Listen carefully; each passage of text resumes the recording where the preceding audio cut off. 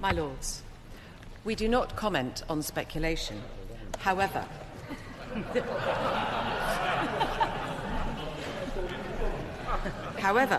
we will publish an updated business case by the end of 2019 based on the latest assessment of costs and schedule.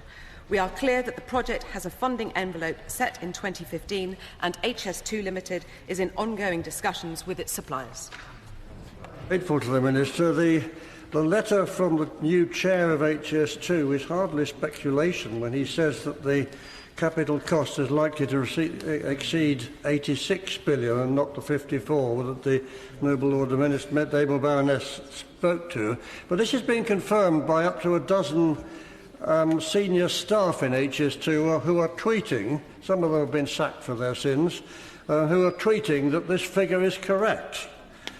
My Lords, this has been going on for 3 years, and it's inconceivable that ministers did not know about this even before the HS2 Phase 1 bill received royal assent. I would suggest that the ministers have actually misled Parliament by not giving this new higher figure that they had known about for 3 or 4 years.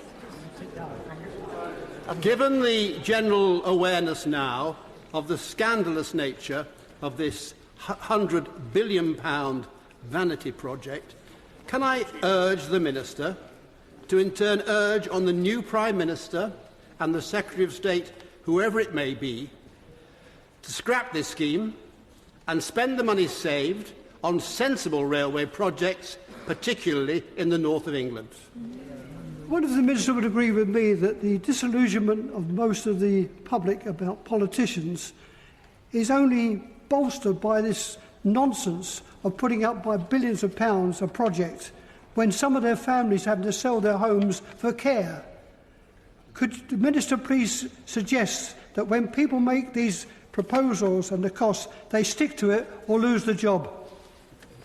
The way that we keep the cost of these projects under review. We've had the same difficulty with Crossrail.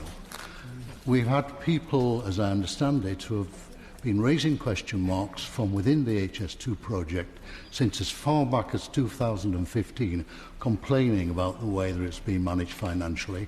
Many of them have left and have been required to sign non-disclosure agreements. Could you tell the House why they're being required to sign those agreements, and why we can't find a way in which people who raise legitimate complaints about the direction in which projects are going cannot have their say and we can hear it? The noble Lord is correct that a number of people who have left have signed settlements with HS2, and these are settlements in the normal course of business on people taking voluntary redundancy or otherwise. It is the case, though, that we do listen to people when they have concerns, financial or otherwise, about any of our infrastructure projects. I will go back to what I said at the outset, and that is why we need to give the new chairman of HS2 the time and the space to do the work that we have asked him to do, and we will report later on this year.